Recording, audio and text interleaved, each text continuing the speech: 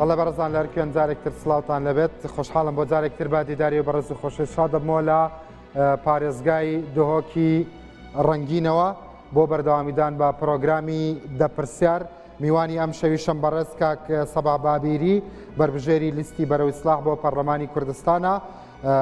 داوا لە مامۆستاکەم با بفەرمێ بۆ ئێرە لە هەمان کاتدا بە خێراتنی ئەوی بەڕێز و خۆشی شتەکەم فەرمێ.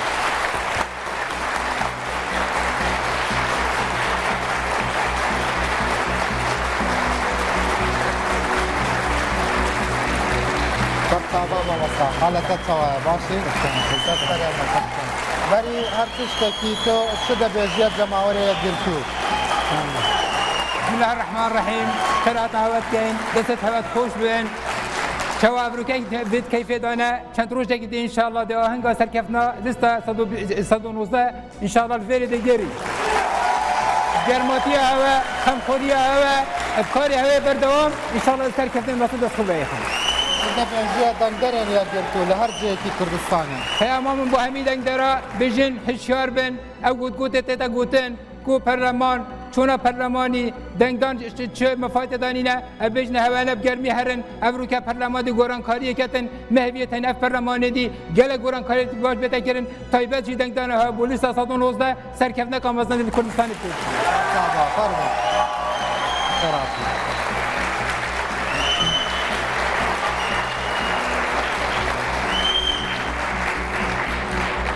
هەموو لایەکتان بەخێر بێن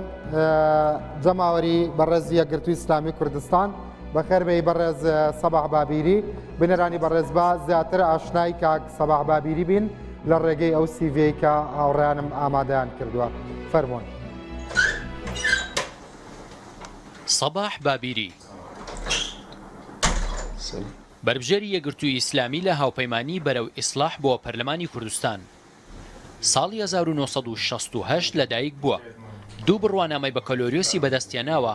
یەکەمیان لە بواری کشتتوکاڵ و دارستان و دووەمیان لە شەریعە. هاوکات دیبلۆمیشی لە زانستە سیاسیەکان هەیە.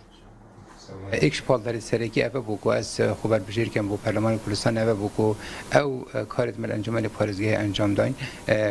از مونه که باش بمچه بود شد بابت دانان اسرائیل کم کدی ویر پریارن بس هر بوکو سیاقه همون شوایه یاد به بابت دفچونا کار حکومت هیئت افریقا طول انجمن پارێزگای سر است پارێزگای بنمونه دیفچونی بود که اکید وقت سر است یعنی پارلمانی بتون تو دل سر است هر ما کردستان کارگی. سەباح بابیری سەرۆکی فراکسیۆنی یەکگرتووە لە ئەنجومەنی پارێزگای دهۆک و سەرۆکی لیژنەی ئەوقاف و کاروباری ئاینی و سەرۆکی لیژنەی کشتتوکاڵ و سەرچاوەکانی ئاو بووە.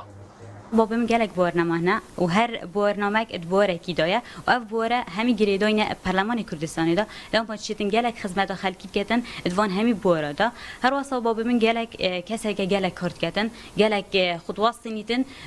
و هر واسه تجارا نابینید ام نابینین کو و واسیانی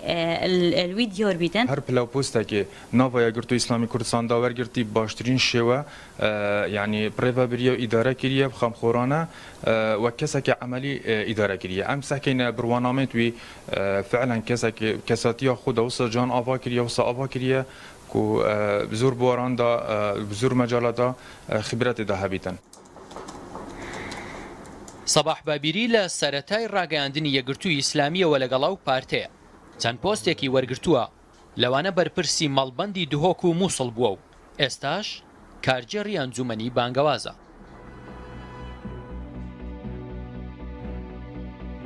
بەڵێ بەڕێزان جارێکتر سڵاوتان لەبێت.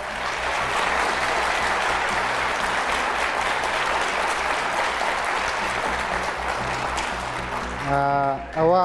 ژیاننامە و سیڤی کاک سەباح بابیری بربژێری لیستی بەرەو ئیسلاح بۆ پەرلەمانی کوردستان بوو. هاوکات لەبەروی ئێستا خەڵکی کوردستان لە هەر شوێنێک لە هەر دڵخوازێکیان هەبێت لە هەر شارێکی کوردستان لە دهۆ کە توانن لە هەر حیزبێ دڵخوازێکیان هەبێت لە سلێمانی لە پارێزگای هەڵەبجە بەنگی بۆ بن و بە پێچەوانەکەشیەوە بۆیە من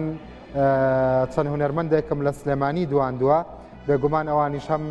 بە دیدی هونەریانەی خۆیان چاوەڕوانیان لە پەرلەمان هەیە هەم بۆ کەسانی خاوەن پێداویستی تایبەت کە پێم وابێ زۆر جار خەمی مامۆستاژ بووە قسەیان هەیە بابەیەکەوە سەیری بکەین فەرمۆن.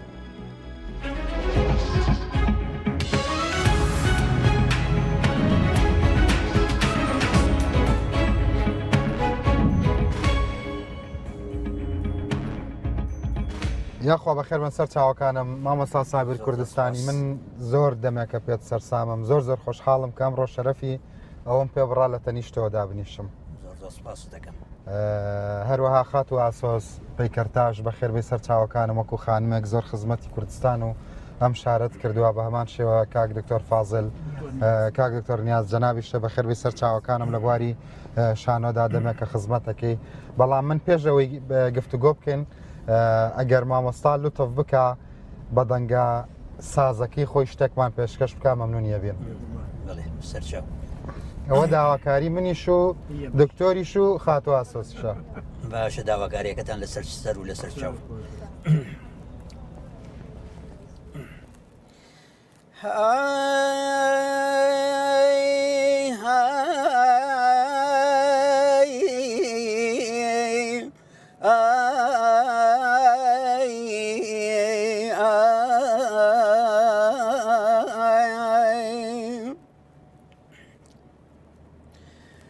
برایم مپرسا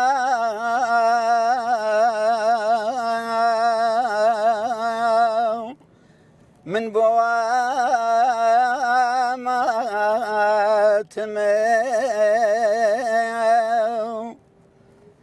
کاکە دەرکراوی خاچی وڵاتم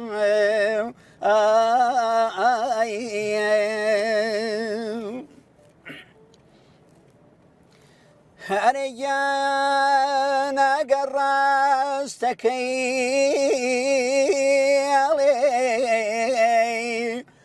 من براتم قۆڵکە بە قۆڵما زوو باش کرا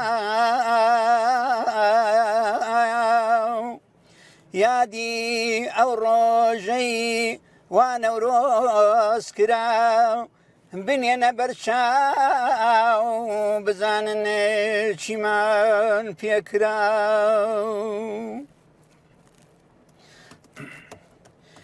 هەرێیان ئەمجا دەنگ بەرزکان بە دەنگێکی بڵاو بڵێ نەی کوردی زوڵمە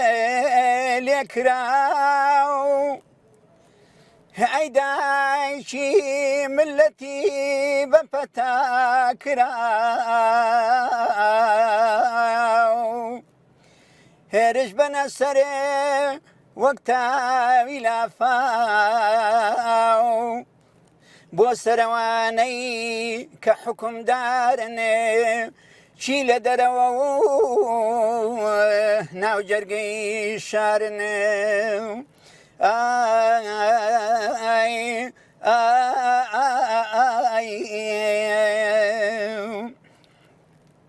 لە شایدا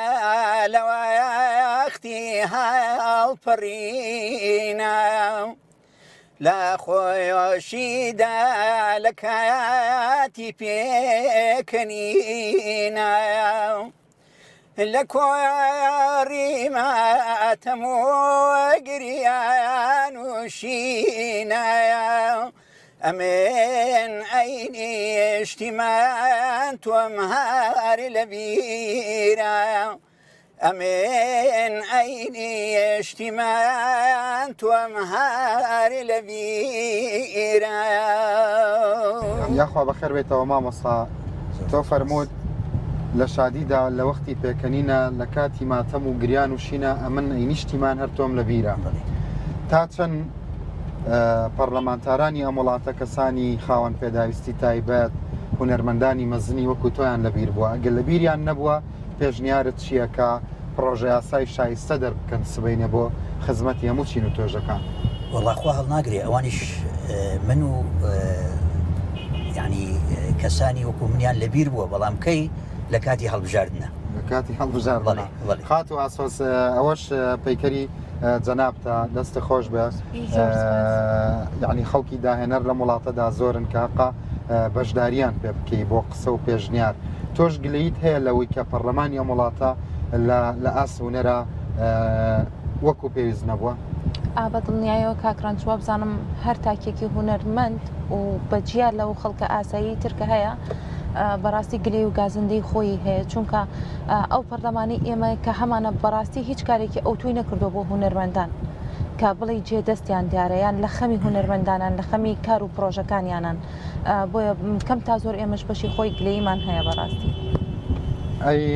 جەناب بەدوەکو شانۆکارێک کاک فازل کاک نیاز من بۆ فازلە و گرتومە زانی بۆ لەگەڵ کاک فازل جافەر دوتان شانۆکارن کاکە ڕەنج بەڕاستی ئەبێ من بە تۆزێ بەورتر لەسەر مەسلەی بدوین ئێمە لە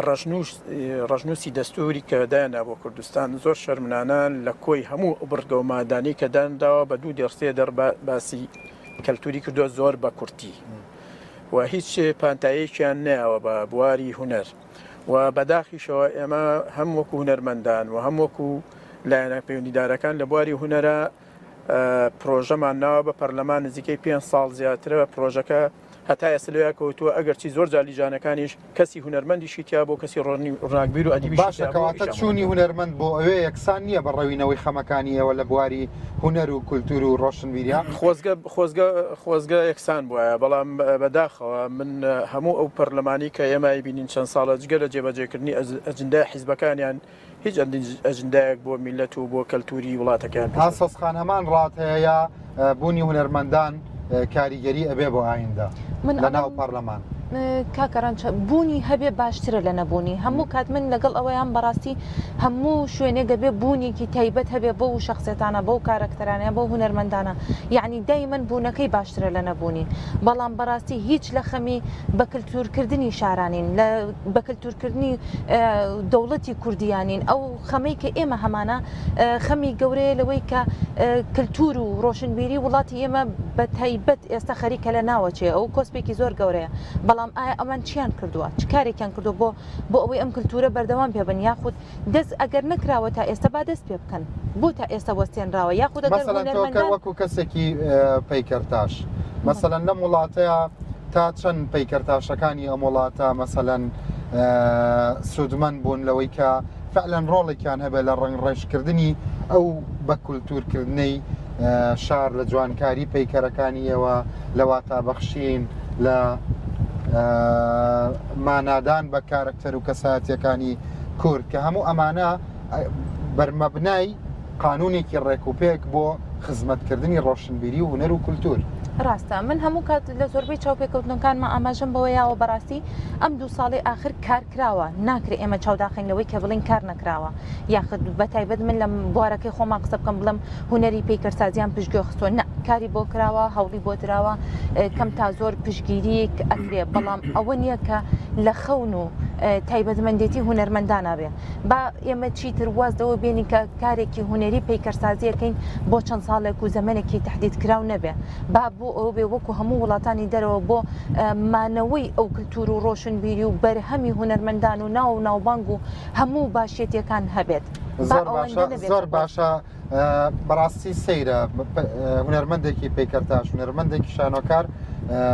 هوەرمەندێکی دەنگبێژ هەرسێکیان بە یەک مەسافە ڕەخنیان هەیە لە بێقانونی لە نەبوونی سیستەمێک آخر بە سیستماتیک غێر ئەبێ مەسەلەن لە پەرلەمانە ئیشی بۆ بکرێ غێر ئەبێ شاڕێکان غێر ئەبێ وردەکاریەکان بە قانون تەنزیم بکرێ نابێ ئەمە بکرێت ئەوە تا کەسێکی وەکو مامەستا سابیر کوردستانی ئەڵە بەس لە کاتی هەڵبژاردنە ئێمەیان بیرە چی تۆی گیانەتە ئەم قەنەعەتە مامۆستا کوردستانی وڵا قوربان دیارە لە کاتی هەڵبژاردنە بەنامە و بە تەلیفۆن و هەروەها بێتەوە سەردانی ماڵ و ئەمانە بەڵام کاتێکە گەیشتە شوێنی تایبەت کورسی پەردەمان ئەو کاتە تەنانەت بە پرزگاش ئەتوانم بڵێم ناگەینە باشە ئێستا تۆ جگەلەوەی کە خەمی هوەرمەندان لە بڵین بارگەتە لە هەمان کاتدا ڕەنگە خەمی کەسانی خاوەن پێداویستی تایبەتیش بەدڵنیایەوە شێوە خەمێکی تری تۆ من هەموو باسی هەموو چین توێژەکانەکەم نەکار و نەرمەت بە سەبارەت بە کەسانی خاوەن پێداویستی تایبەت مەسەڵەن ئەگەر بۆ نمونە مافی نابینایان هەبووە لە وڵاتەدا کەسێکی وەکو تۆ طموحی ئەوەت نەبوو لە بوارەکەی خۆتا زیاتر قوڵ بیتەوە لە دنیادا لە پیتەکانەوە هەتاوەکو هەموو بوارەکانی ژیان حساب بۆ کەسانی خاوەن پێداویستی تایبەت و بۆ نابینایان کراوە بەڵێ لە وڵاتانی تر بەڵێ بەڵام لە وڵاتی ئێمە بە پێچوانەوە نییە زۆر فرامۆشکراونە بە دڵنیایی لە چ ساتە وەختێکا زیاتر هەز بە فرامۆشکراوی خۆتانەکەی دەرەوە لەسەر شەقام لە ترافیکە لە دنیادا ئەتوانی مەسەلەن کەسێکی بڵین خاوەن پێداویستی تایبەت و نابینە ئەتوانێت زۆر ئاسایی وەکو ساغەکان ترافیک ببینێ ئەتوانێت شارڕێکان ببینێ ئەتوانێت بزانێت لەکوێ ئەڕوا لەکوێ ئەوەستێ ئەمانە حەق نییە ئیتربیری لێ بکرێتەوە پەرلەمان شوێنی دراسەکردنی خەمەکانی ئینسان بێ وڵا بە حەق بەڵێ حەقا بەڵام ئایا ئەم حەقمان پێدراوە نە حەقماوەڵێ نەخێر حەقمان پێدراوە مامەسا من پرسیارێکی ترم هەبوو لە جەنابەت دکتۆر وەکو کەسێکی شانۆکار قسەت چییە لەسەر پەرلەمانتارانی ئەم وڵاتە شێوازی دەرکەوتنیان شێوازی قسەکردنیان بەدی لانگویجیان زمانی جەستەواتە خۆزگە ئێمە جارێ پێش هەموو شتێک دڵخۆش بووینە کە بەوەی بە ئەو دروشمانی کە هەڵیان کردووە کاری پێ بکەن لە سەرەتای دەستپێکردنیانەوە پاشان بەڕاستی جۆری ئەتەچێت و جۆری قسەکردن و جۆری ڕوبەڕووبوونیان بەرن لە کەناڵەکانەوە هەتا دروشمانەیە کە قسەی پێەکەن ئەو جروبەرگ و شێوازانی کە قسەی پێەکەن هەمووی پڕە لە دەمارگیری هەمووی پڕە لە تووڕەیی هەمووی پڕە لە جۆرێک لە ڕکوکینە بەرامبەر بە یەکتر بەقەدەرەوەی کار لە سەروانەکەن بەقەدەر ئەوە گرنگیان نێەوە بە فەیسی خۆیان گرنگیان نێەوە بە لایەنی چۆنێتی دەم و دوو کە بتوانن بە زمانی قسەکەن سەرنجی خەڵک بخۆیان ڕابکێشن ئەمە زۆر گرنگە و لە هەمان کاتیشە ببنە نەهۆکارێ بۆ گەڕانەوەی متمانەی گەل بەداخەوە ئێمە من پێم مەسەلەن سەرنجڕاکێش نییە شێوازی دەرکەوتنی بربژێرەکانی ئەم وڵاتە هەیەە سەرنجڕاکێشە و هەشیانە زۆری نەچۆنە پێویستمان زۆرینە بۆ وردەکاریانە بکەین کە اختصاسی تۆ بێگومان پێویستمان پێێتی وە زۆرینە ئەو لایەنەیە کە ئێمە بەلایەنی نەگەتیفی باسیەکەین و کەمێک یەکە پۆزیتیڤێ لەو لایەنەوە دەرکەوتنیان لە بڵێن لە سکرینەکانەوە لە شاشەکانەوە حتا لە میدیاکانەوە لە دوجارە یەک ڕستە بڵی بە پەرلەمانتارانی ئەم وڵاتە و بۆ پەرلەمانی ئەم وڵاتەیە بۆ خەڵک چیەڵێ ئەڵێم تکایە ئەوەی ئیش لەسەر استراتیجیەشی گەل و نیشتیمان بکەن ئەوە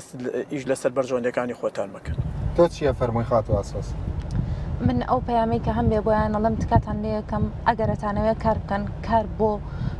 هونەرمەندان بۆ خاوەن پێداویستی تایبەت بۆ پێشمەرگە بۆ ئەو کەس بە هەموو لایەنەکانیانەوە کاریان بۆ بکرێت ئەوەندەی لە خەمی کۆمەڵگا و خەمی کوردبوون و خەمی هەموو تاکێکی کوردابن بە ئەوەندە لە خەمی بەرژەوەندی شخصی تایبەتی خۆیانانە بن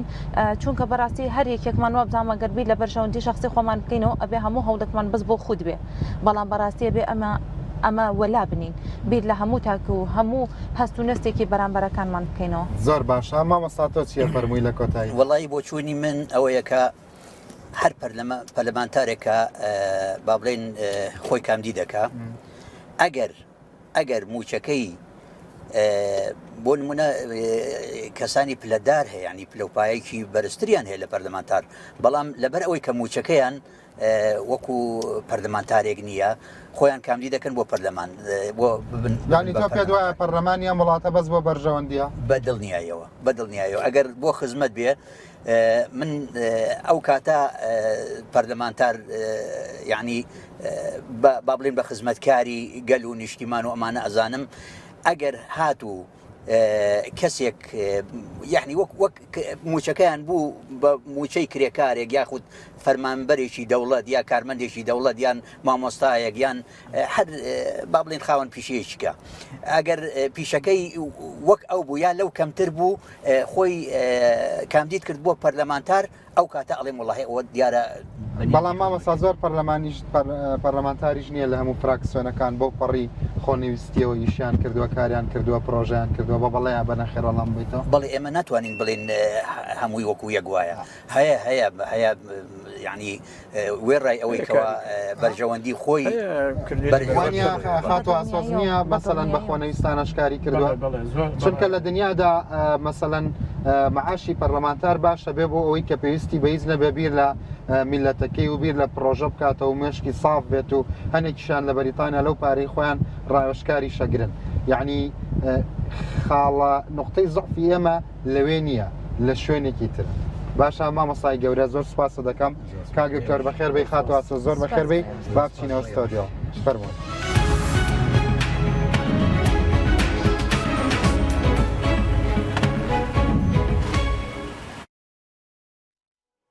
بەڵە جارێکتر سلااوان لەبێت لە دۆهاتەوە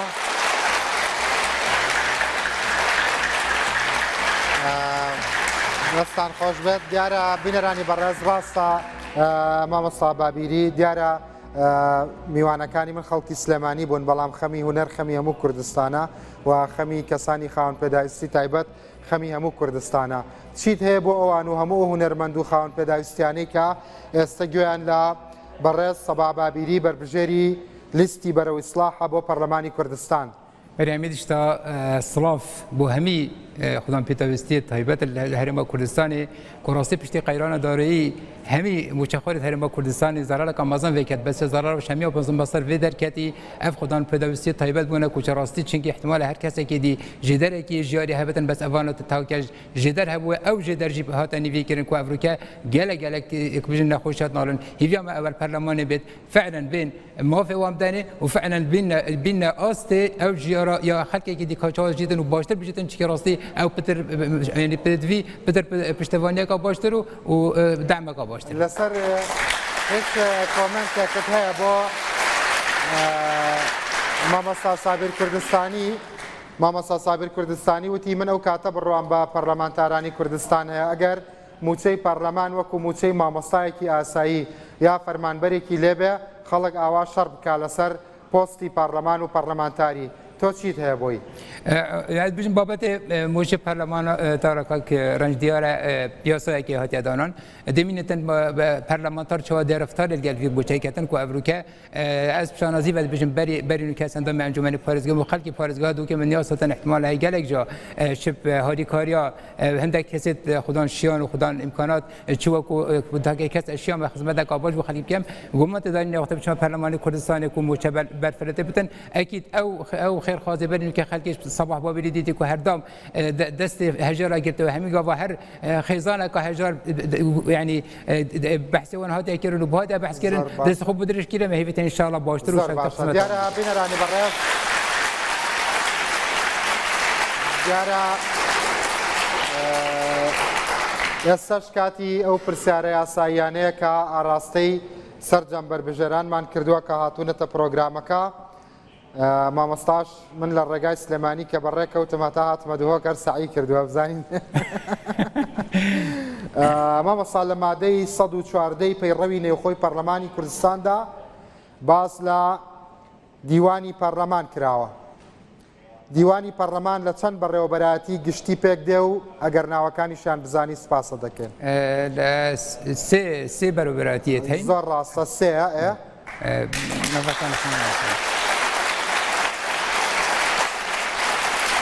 ئەو سێدانە چێن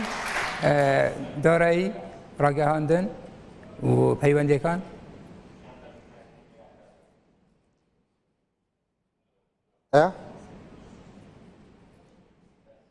ئەو پێنجەی وتە دوانیان بوو یەک دانیان ماوە خۆی سیانە زۆر باشە وەڵامەکە دەتوانم بڵێم دروستە لە سێ بەڕێوەبەرایەتی گشتی پێک هاتووە یەکەم بەڕێوەبەرایەتی گشتی کاروباری پارلەمان و لیژنەکان جەناب ئەویان ێبیرچوو بەڕێوەبەرایەتی گشتی کارگەڕی و دارایی سێمیش بەڕێوەبەراتی گشتی ڕاگەاندن و پەیوەندیە گشتیەکان بەڕستان بە کالۆرۆستان هەیە لە بواری کشتتوکاڵ و دارستاندا خۆشتان نزانن بەهۆی شەڕ و بە بیابانبوونەوە ژینگەی عراق و کوردستان زۆر تێکچووە بەپێی دەستوری عراق ئەبێت سیاسەتی ژینگەیی چۆن دابنرێت لە عێراقدا بابت جنگه دیار العراق كويس وان اورشت يد عراقيه كو بابت بعربي بين تحصر تصحر كو افراسي اورشه كامازنه خالدي بابت اوفيا كو ديار الهرم كل يعني ديار جنگ في قرني دي بتاع جنگ يا اوفيشنا كو برين كايكا جنگ كي دي هبتن كو ديار ايش هرم كردستاني امريكا او سدد حتى بحسكرن كو او سدد تركيا تنشكين اوجد كارتينا كامازن سربي بابتي هبتن ئەگەر مادە دەستوریەکەم بۆ باس بکەی وەکوتم بەپێی دەستوری عراق بێت سیاسەتی ژنگەیی چۆن دابنرێت لە عێراقدا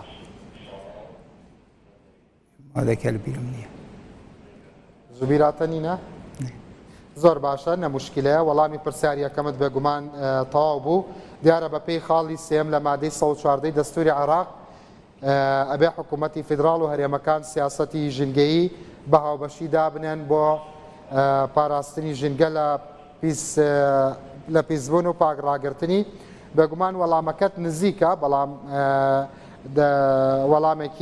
وەڵامی دروست ئەمە بوو کە من بە جەنابتەموت لە هەڵبژاردننی ئەنجومەنی نەنەرانی عراقدا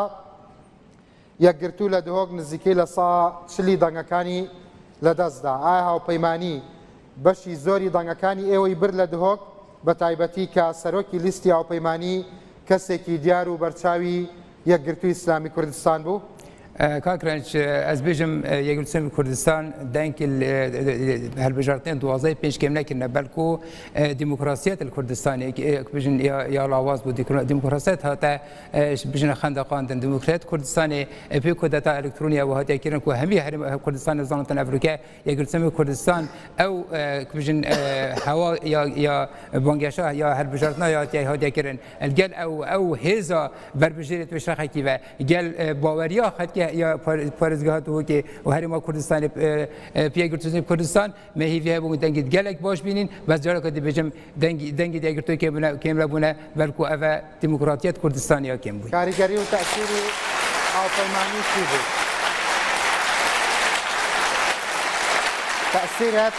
تەأسیرەت هاوپەیمانی چی بوو لەسەر دەنگێتوە من قناعت انك تاثيرك وصل سرها بتن راس احتمال تعامج بيجر او سر كردي هاد بيماني كود برين كلي قلتو بيا بس راس يجي جبرنا كان او سر كردنا نل دفرد هو كي احتمال هيك كارتيكنا كبت السلموني هبتن بس اللي هو كي قمت دان كارتيكنا وصلنا ابو بل كل فارزغاد هو جالك دي بيجم يقرتو هذا خو هر نفس هذه هبويا وهي هبوناكو بترش 100,000 دنگاجي فارزغاد هو بينيت زار باشا ئەمڕۆ لە لێدوانێکا سەرۆکی لیستەکەی یەکێتیەڵە ئێمە منافسی پارتین لە بادینان ئێوە ئەڵەن چی بەڵام پاش ئەم ناوبڕە وەڵامم بیتەوە سپاسە دەکەم بینەرانی بەڕێز پاش ناوبڕێک ئەگەڕێمەوە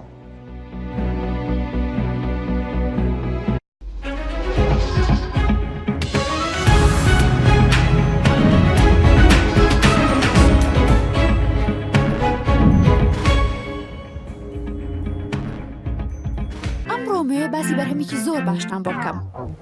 بیرم چوو کات تکایە ئاوم پێ بدەن ئەمڕۆ هەلام کرد ئامادەیە دوو حەزرە کاکە ئاکشن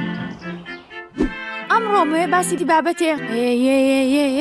کات زۆر تاخیر بوو بە شەو چوار کات چواردە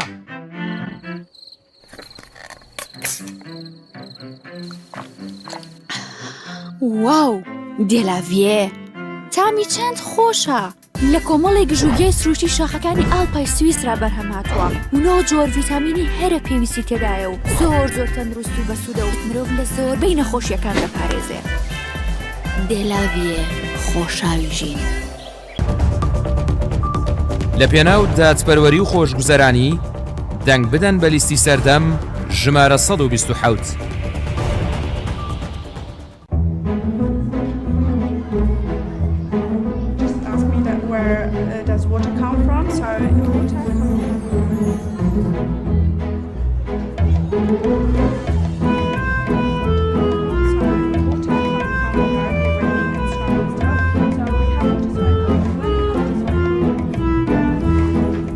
بەرزەکانی سلێمانیەوە. بەرزایەکانی سلێمانی هێمای شارستانی و ژیان.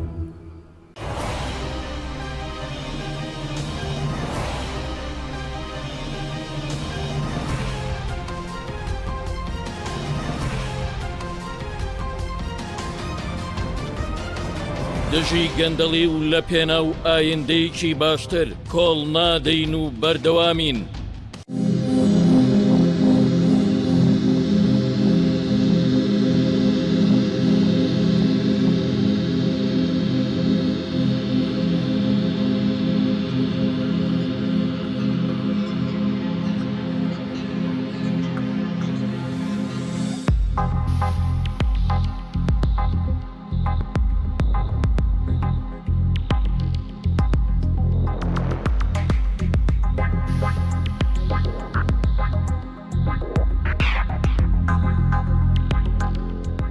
بزنس کلاس.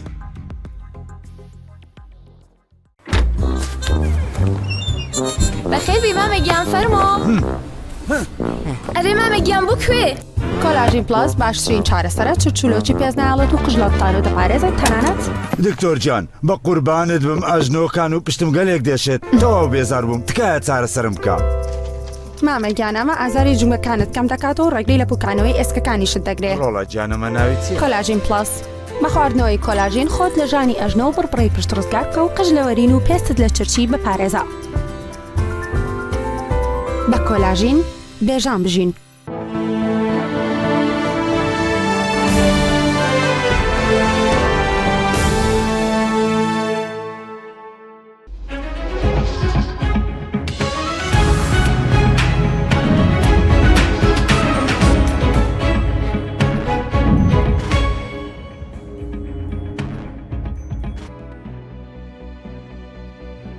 بەڵە بەڕزان جارێکتر سلااوان لەبێ کاک بابیری ئەوەم پێوتی کە سەرۆکی لیستی یەکێتی ئەڵێ ڕکابەری حزبی هەمیشە براوەی بادینان کە پارتی دیموکراتی کوردستانە ئێمەین ئێوە دەڵێن چی؟ هەر کەسێکی ئازادە چ بێژتن بەس ڕاستی بەرسەوام ئەوە و ئەم ئاخفتن تشتێکە واقع تشتێکە کەسێکی واقع یەکگرتووی کوردستان پارێزگا دووکێ دیش هەر هەلبژار نەکاتەکردن پەرلەمانی کوردستانی ئەنجومەری پارێزگا پەرلەمانی عێراقی هەمین گاوا پترترین دەنگ پشتی پارتی دیموکراسی کوردستان یەکگرتووە بری پترتی کورسین ژی یەکگرتووی کوردستان پارێزگا دووکێ بری گەلک باشە ئێوە وەکو یەکگرتووی ئیسلامی کوردستان 25 پۆستی ئیداریتان لە پارێزگای دهۆک هەیە شانەوەتان لە حکوومەتی هەرێمی کوردستان و مانەوەتان لە ئیدارەی پارێزگای دهۆک ئێوەی بێسیقە نەکرد لە لای جەماوەر و دەنگدەرەکانتان لە دهۆک و پێدوانیە ئەو دوو فاقیە لە هەڵوێزدا زۆر زیانی پێگەیاندون کاکرنج دیارە بابەتی پۆستێت حکوومەتە خۆجیە پارێزگا دهۆکێ جداییەکە هەیت گەل حکوومەتە یا هەرێمە کوردستانی دیارە دوو ئیتفاق جدانە دو هەلبژاردنێ جدانە دوو شێنبژین شێوازێت دەسەڵاتی جدانە لەو ما ئەمروکە ینی انسحابە مەش حکومەتە یا هەرێمە کوردستانی چ پەیوەندی حکومەتە بەرەبەر چکی دێ دیف ئەو ڕێژە دەنگا یەکگرتووی کوردستان لە پارێزگا دهۆکی بۆ سێ کورسی بێت و پتر 12.8 ژدەنگت پارێزگا دهۆکی نەوەک لە دوو فاقیە یعنی ئەڤە ئیزدیواجیەتە لە ناو سیاسەتێدا تەچ دەبێژی نه ئەس بێژم ئەڤە دوو تشێ جیاوازن مەگەر ئەڤە نە حکوومەتە درستە بەس حکوومەتەکە ینی هەلبژاردنەکە جدایە ئیتفاقەکە جدایە شێوازێکی جدایە ئەڤە و پەرلەمانیە بە ئەنجومەری پارێزگایە و ئەف پۆستێت یەکگرتووی کوردستان هەر پارێزگا دهۆکی وەرگرتن ئەون سەر بنەمایە ڕێژا دەنگێت خۆک و 12.8 و ئەو سێ کورسیگت برین سەروی بناوی وەرگرتن چه پەیوەندی بابەتی حکوومەتە هەرێمە کوردستانی مەگەر محافظ ئەمر لەکوێ وەردەگرێت مەگەر محافظ فەرمان لە ئەنجومەنی وەزیران وەرناگرێ قایمقام فەرمان لە ئەنجومەنی وەزیران وەرناگرێ عفو گرنج دەنگ ئەڵێم دەسەڵاتی خۆجێیی فەرمان لە ئەنجومەنی وەزیران وەرناگرێت بەێ یعنی چه جیاوازی هەنا باشی مەسەلەن دەسەڵات نایەتە خوارێ کاکرنج انجمن پارێزگا پەرلەمانێکی بچیکە شێوازێوی جدایە وەکو نفس دەسەڵاتە پەرلەمانی هەر کارێ بریاردانت کەتن کاری دیفچۆنە حکومەتت کەتن باشە بە معنایەکی تر هەمان شێوەژی وەکو کارێ حکومەتە خۆجیژی دیارە کارێکی جدایە و ئەف ئەنجومەنە وەختی چم بژین دیفچۆنێ بوو کار حکومەتە خۆجیت کەتە سەر ئەساس حکومەتە خۆجیت کەتن چه پەیوەندی حکومەتە ئەنجومەنی پارێزگا ناکەم باسی بەڕێوەبەری گشتیەکەم باسی قایمقامەکەم باسی بەڕێوەبەری ناحیاکەم باسی ئەوانەکەم درستە من ئاماژە پێ کرد کونکەێگاێ یان حکومەتە خۆجیهیل سەروی بنەوەی هاتەدانان ئەف ڕێوەبەریە گرێدانەوەم حکومەتە خۆجیە پارێزگا یا دووکێوەنە چه علاقات یا پەیوەندی هەکە ئەبروکە پارێزگاری هەبێت بەس بەرەوەرێتی گشتی بە معنایەکی تر خەڵک لە دەڤەری دهۆک هەندێک دەڵێن زۆر لە ئێوە و ڕەبوون کە ئێوە چاو لەو حیزبانە دەکەن و بە هەوای ئەو حیزبانە بڕیار دەدەن کە بنکەی سەرەکیان تەنیا لە سلێمانیە و هیچ بنکەیەکی جەماوەری بەرچاویان لە دهۆک نییە بۆ نمونە مەسەڵی کشانەوەتان لە حکوومەت زیاتر چاولێکەری هەڵوێستی گۆڕان و کۆمەڵ بوو نەک خۆتان یەکگرتووی کوردستان هەمیگەڵا بریارێکە سەر بەخۆیە سەر بنەوەیت سندارێکی ترێکارە تایبەتی تەنک وەختە بریارە خوب دەتەن بە انسحابا یەکگرتووی کوردستان حکومەتی ji ber هەندە ئەگەرا بۆ دیارە پشتی پرۆژێک پێشکەشی حکومەت هەرێمە کوردستانی کردی کو ئەو پرۆژە 25 خاڵە پێک هاتن هەمی ئەو خاڵژی ئەو بوونە کو خزمەتە هەوڵاتیت هەرێمە کوردستانی بدەن پاش لە پاژوان حیزبان مەسەڵەن یەکگرتو قەراردا لە حکوومەت نەمێنێ ئەنی چه علاقەتە یەکگرتووی کوردستان جارەکە دەبێژمەدە جارەکە دەبێژمەدە کاکرانج پرۆژێک یەکگرتووی کوردستان هەبوو هەکە ئەف پرۆژە هات با جێبەجێکی نیشتای حکومەتان بە کوردستان یەکگرتووی کوردستان حزبەتی حکومەتی سەحب نەبوو بەس وەختی نەهاتە جێبەجێکردن کو ئەف خاڵە هەمی ئەو بوونە کورد خزمەتە هەوڵاتی دەبوونە مەدید هەبوونەمە حکومەتیدا چون بەرنی وەختی ئەم نەشین خزمەتە هەوڵاتی خۆ بکەین ئیدە هەبوونەمە تێدا ئەوەندە شەیدای خزمەتن بۆ لە وەزارەتی کارەبانەتان کرد بۆ بەجێتان هێز بۆ لە واقع ڕاتان کرد لەبەر چەپڵەکان گوێ لێ نەبوو ئەگەر ئێوە ئەوەندە شەیدای خزمەتن بۆ ڕاتان کرد لە وەزارەتی کارەبا بتان کردایە بە هەڵا بتان کردایە بە فەرتەنا بتان وتایە ئێمە چاکیەکەین لە ڕێگەی کەرتی تایبەتەوە لە ڕێگەی کەرتی گشتیەوە مەسەڵەن هەز ناکەی حیزبەکان زۆر جار لە مەسئولیت ڕاکەن هەموو مەسئولیتەکان بەجێ هەڵن بۆ بە دەرەجەی یەکەم پارتی دیموکراتی کوردستان بە دەرەجەی دووەم یەکێتی پاشان کە حکوومەت دروست دەکەنەوە ئەوان ئێوە دیسان دەست دەکەنەوە بە ئینتقادکردنی من آماده فکر اگه بحث وزارت یا کاربی کارکران دیاره وزارت کاربی وقتی گرسم کردن ورگیتی پروژه که یه گشتیت بود بهات دانان یعنی بجن پلان که استراتژی بهات دانان کو ابشار سری همیت کشید کاربی سر آسیار مکردن بده کردن بس راستی جاله کدی بجن یعنی بابت سر سریا شن بجن کهربی چواد اده کردن که تو ورک یک مناسعه که پارسگاه دو که بونمونه هشت یکی برهمینان مکاربی تن هر 125 میگاوات برهم تن قال 150 بعد رجال بسنهد شن بيجن دوك اف كميه هكا تساكي هكا انه هرم كردستاني بس غازي بدات فان ياكا في حاله ده هرم بارزغا دوك ما بحث كان وزاره شما وقتك ولا ناف وزاره يبون وان بروژه نهات بابت وزارتی اقتصاد کردستان تو وقتی دا وقتی وزیر هی سه طرح بو کردن آن گاز بو بده صرف کردن کدابشین یکت برهمینان گاز بینن آن هکنه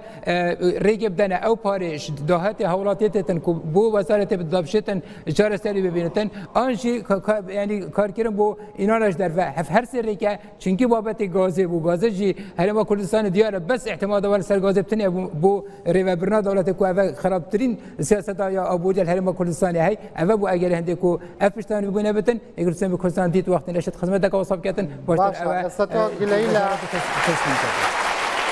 استو گلی اکی مثلا نعبو لانجمنی پارێزگا لە ئەنجومەنی پارێزگا مەسەلەن وەکو دەستگایەکی بەدووادا چۆن وەکو پەرلەمانێکی مصغر وەکو خۆت ناوت برد هەڵوێستان هەبووە قسەتان بکردایە مەسەلەن هەڵوێستی جدیتان بگرتایەتە بەر دیاره که کرن انجمن پارێزگای لجان تایبەت خویت هین وەکو لجنه من اداره دو لجنه کردین 2 ساڵت ئەو لجنه اوقاف و یەک کەس هێواز لە وەزارەت بێنە گەورەکان نا مثلا من هاتم لە ناو دهۆک پرۆگرامم کرد هەموو خەڵکی دهۆک ئەزانن ئێستا ئێوە لێرەن و دوای بەرنامەکانێکی جرعاتیش کرا ئەستەش خەڵکانەکەن لە ناو سزنان خۆت دەزانی لەسەر و پرۆگرامە مەسەلەن ئەوە ئیشی ئێوە بۆ بتان کردایە تەجاوزات هەیە لە ناو دهۆکە دەستبردن بۆ مڵکی گشتی هەیە لە ناو دهۆکە لادانی یاسایی هەیە بۆچی ئێوە نەتانەکرێت تا دوێنێ تا ئەمڕۆ خەڵک زیاتر باوەڕتان پێ بکا کە بەڵێن بە خەڵک دەدەن کاکرانچایکە تو ڕخسەت بدەیە من وەکو ئەندامێکی ئەنجومەنی پارێزگای دیارە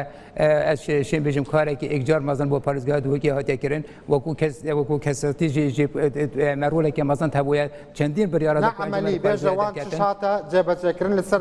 بەری دێ بەحسکەم بحثكم كواد بيج متأثرون سلكيت وان همي بريارة ده هبو بريارة قرطنا جهت قماري مرولة كسلكي هبو چند سال که خلق پارزگاه دو که رکنت هات دان کو مریش کا زندگی بازار بیت فروت نواش روانیا بریار هات دان راکنا برج تلفن ایشوان کارا بو کو روله کسلکی مت ده هبو بابت کیم که روج تازه روله کسلکی مت ده هبو دیفچونا چندین بادا کا اکمین ریوبر هات لیدان پارزگاه دو که او بو کو پشتی بر چندین بلگه سرکم کرین بلگه شمی سلکی او اگر بتلادان کەواتە ئەگەر بە پێم قسانەی جەنابەت بێت هەر کەسێ بێوێت چاکسازی بکە گوێگر هەیە لە وڵاتەدا کەواتە ئەوە نییە کە بڵێ هەر کەسە دەنگی ناڕازی بێ قەمەعەکرێ ئەوە تا ئێوە خۆتەڵی هەندێک شتی باشتان کردووە لە دهۆگوانە ما تشد باشد که نکاک رنج بشبیر نکه کو چندین آسان طریقه مدهبونه انجمنت پارزگاه ایک ور یا جماره 2009 باز یعنی مسترین آسان بود چونکی دستالات دوستات نبونه دو امکانات یت انجمنت پارزگاه شرخه کی و تدخلات حزبی شرخه کی و نبونه پنج پاستیه و هبوا یعنی اول نکمه نکمه اول 25 پست از آماده بیجیب کم طبعا 25 پست ما وقتی دو جاف بابت بحث کردی بجداری اگر تسمى کردستان حکومت خود جیا یا پارزگاه دو که بس بو هنده بو دا ام وی فيجن وی حاجزی بشکینه و حتی اونو که همی گوا بس تصرف دسته لایه که بتنی در پارزگاه دو که مد بیا بجداری تدبکین هک تو سحکه یا رجا دنگت ما و رجا کرسی کت ما برانبری او پست ما ورگتین گله رجا کیما بس ام راضی بون دا بس حاجز بشکینه کو بجین چنابتن دا صلات بس دست لایه که بتنی دابتن یک خلکی دابتن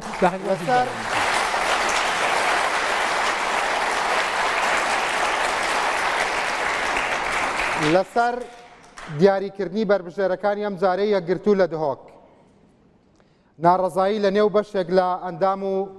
لایەنگرانتان هەیە و هەندێک کەستان لێ تۆراوە لێتان عاجز بووە دڵی شکاوە ئەوە کاریگەری نابێت لە سەرکەمبوونەوەی دەنگەکانتان لە دهۆک چه اصل بو آخفنه نینن بربجیر یک دوستم کردستان پارزگاه دو که همی هر کس آزاد بو یا خود به بربجیر کتن ریگ بو همی درگاه ها وکریه چه ما وکو یک دوستم کردستان چه مرچینه بو هر بربجیر کی بو هر پسته کی یک مرچینه بتن او مرجت کمیسیون ریگ نه تا کسی کی کو بربجیر کتن اما که تو ساکی یک دوستم کردستان افریقا و هک تو ساکی گنج تدهین و مستعد شمشین شهر زاید بوری آنی تدهین سیاست زان تدهین اکادمی تدهین همی کسی تدهین ریکر دبو همی آوکری بو ریک کسی نه هاته گرتن کو حرکت کنید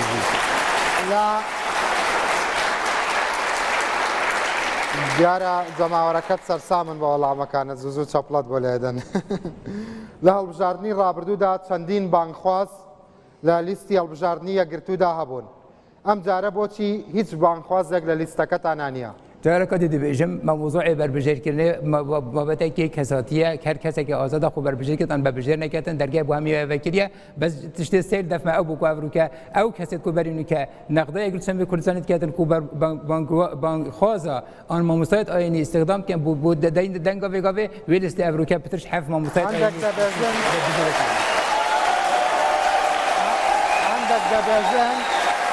عندك دبزن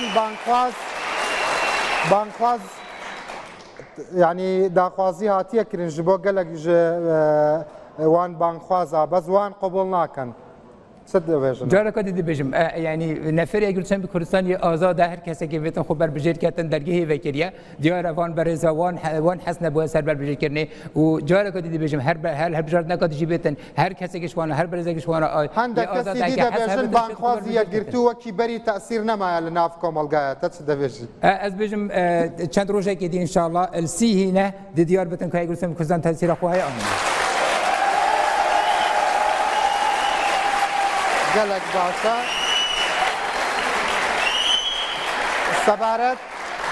سەبارەت بە ناوی لیستەکەتان هەندێک خەڵک لێی ئەویان هەیە کە ناوی لیستەکەتان بەرەو ئیسلاح وشەی عەرەبی تێدایە. بۆچی وشەی عەرەبیتان بۆ ناوی خۆتان بەکارهێناوە؟ هیچ وشەیەکی کوردی نەبوو دەربڕی ئەو مانایی ناوی لیستەکەتان بێ؟ أكيد هو كردية بس ديارة وإصلاح يعني مبدئي قرآنيات إن أريد إلا الاستطاعة ما استطعت آيات قرآنيات خير لو ما حتى لو بيجي كثير ما في إصلاح زۆر باشە بەشێک لە وەڵامەکانم گوێ لێ نییە تا پرسیار دروست بکەمەوە لەبەر جەماوەرەکەت ئیتر نازانمەوە تەکتیکی خۆتان نەبێ.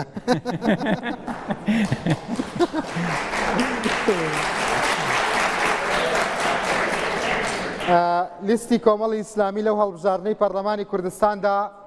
ڕکابەری ئێوە دەکات. بەڕای تۆ بۆچی ئەبێ کەسێکی ئیسلامی دەنگ بداتە لیستەکەی ئێوە نەک لیستی کۆمەڵی ئیسلامی؟ يعني از بيجي يقولون كردستان وكو ميجو ديار اللي يقولون كردستان أفكرنا هندك هسا كذي كأكران شابر كلا لما كردستان از قرر بيجم إكش آخفت نت مام جلال برحمت بيت بيجتن هكا يقولون كردستان نباب يا بما يقولون شيء كبر هلما كردستان أفروكا هزارها جند هلما كردستان هكا يقولون كردستان بويا أفروكا هزارها جند كشوا بيجا ما أو نخوش سردست داعش ديتين أفروكا هزارها جند هلما كردستان همان تفكير هبت يقولون كردستان هكا دهو كيف كان المودج أفروكا سحكي الهوليري سليمانية هر دوكا نفر هبون الجل رخرا وداعش فارزقاد ويا إك نفر نقول فارزقاد ويا همي تأثيرات يقولون كردستان وبين نهج الخطيب فارزقاد کەواتە جیاوازی لیستەکەی ئێوە لەگەڵ کۆمەڵی ئیسلامی چییە بەسەراحەت؟ من ئاماژە پێکرد ئەس دەشین پێشێک کۆمەڵی ئیسلامی باوم من ڕێزە هەیە بەحسی یەکگرتووت کەم بەحسێ کەساتێت یەکگرتووت کەم ئەس بێژم کەساتێت یەکگرتووە ئەو کەسن و خوددان شیانن خوددان ئەزمونن تشین خزمەتێ بکەن و فعلی هەیە تو ساکێتە بەحسی وان پۆستا کرکا کرانچاوێت کو ئەفریکا پارێزگا دهۆکی ئەفریکا جێ شانازیە کو ئەفریکا بوومە هەمیە هەر پۆستێک شوانە هەر بەرێزێک شوانە بۆیە ڕەمزای ئەو کاریبەر خلالی في فترة شوية القلب غيرانا دارایی هەرێما كردستاني داهي بس أنا شيء خدمتك أمازون كاتن دليل هندي كسي يقدروا بشتى هرجع كي شت خدمتك أباش كاتن شيء بوتي لسي برا إصلاح بوتي لسي برا إصلاح مثلا كومالي تدا نبو أو برسارم لزور كسكر مثلا ألان صباح بابيري بياكي راشكاوا بصريحي قصدكات بزانم تۆ ئەڵێی چی؟ ئەس بێژم لە سلێمانی دەستم نەکەوت لە هەڵەبجە دەستم نەکەوت بزانم لە دۆک دەستمەکەوێ ئەژڵە نەتا بەرەو ناوچە چیاکان بڕۆی کاکرانج ئەس بێژم پرسیارە بێت کۆمەڵی ئیسلامی بێتەکردن یەکگرتوون کوردستان دەرگەی بەکیری بوو گەل ینی بزاوە ئیسلامی ڕاستی و ئەف بابەتە فعلا وەکو کارێک هاوبەش هەبووە بەری نوکە وەکو چێکردنا لیستەکات یا ئیسلامی ژل سەر ئاسارما کوردستانێک و هەمی ئیسلامی هەرما کوردستان بگیرتن ئەوێت لایەنی سیاسی هەن و ئەوێت شێن بژین سەر بەخۆشی بەس دیارە يعني ما رزق بجن البوتون بريارة وانداي أو بريارة وانا آزادم كو بجدارن تدا نكجيان بجين يعني طبيعية جه كأفريقيا الهرم كردستاني وكل استكنات نخاره طبيعية بشتين بوتي داندري كمال إسلامي لا بهدينان زور سنوردارا عفو كاكرين بوتي شما داندرن كمال إسلامي لا حمين أو تين بهدينان قالك سنوردارا چرا که دیویژن اپ سیارش کمال اسلامی داده کردش منات اکرن خلق آزاده کردن کردستان دیاره کاری که باشه کری کساتیت خدان شانه تاین شنبیجن خدمت کابوش بو خلقی کری دلیل هندی اگر که خواب رو که پشتوانه دیگر کردستان فتر بش لاین اکیدی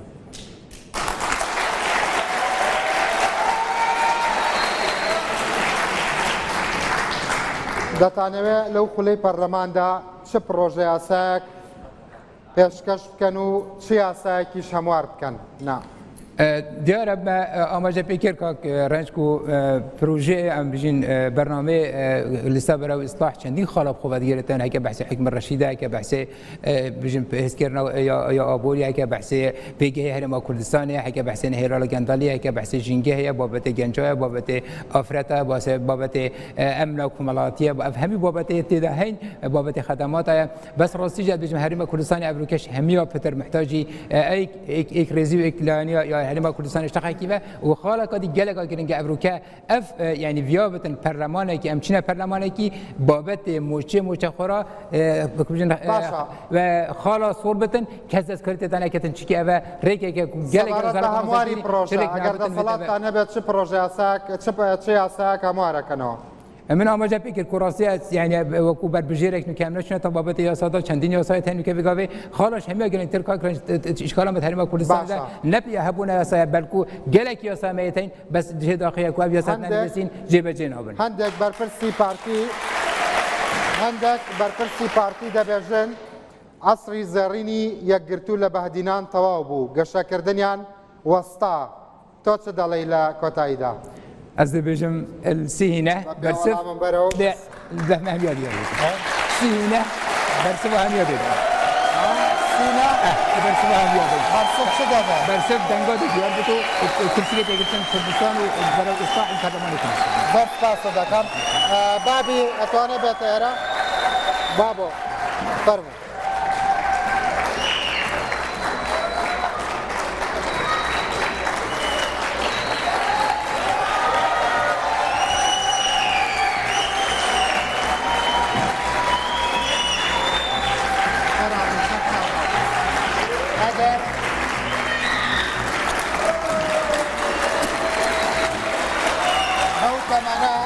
بتمنى خو اگر کوب سر بکوه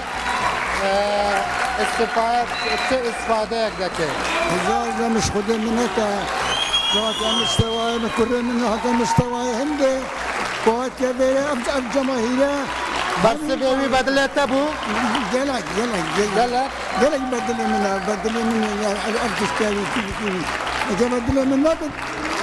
اسأل هناك لهر تشتكي مهمتر جبو كردا للبرلمان دخوازي تشبكا هندي تشتكي بو كردا يعني برلمان أوديت كن لازم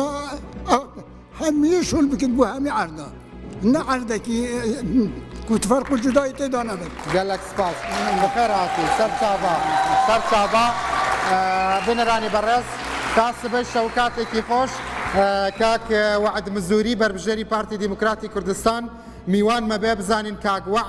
وعدي تشيا بخلك كاك وعدي سر شابا بخير سر شابا فرمو بخير عاتي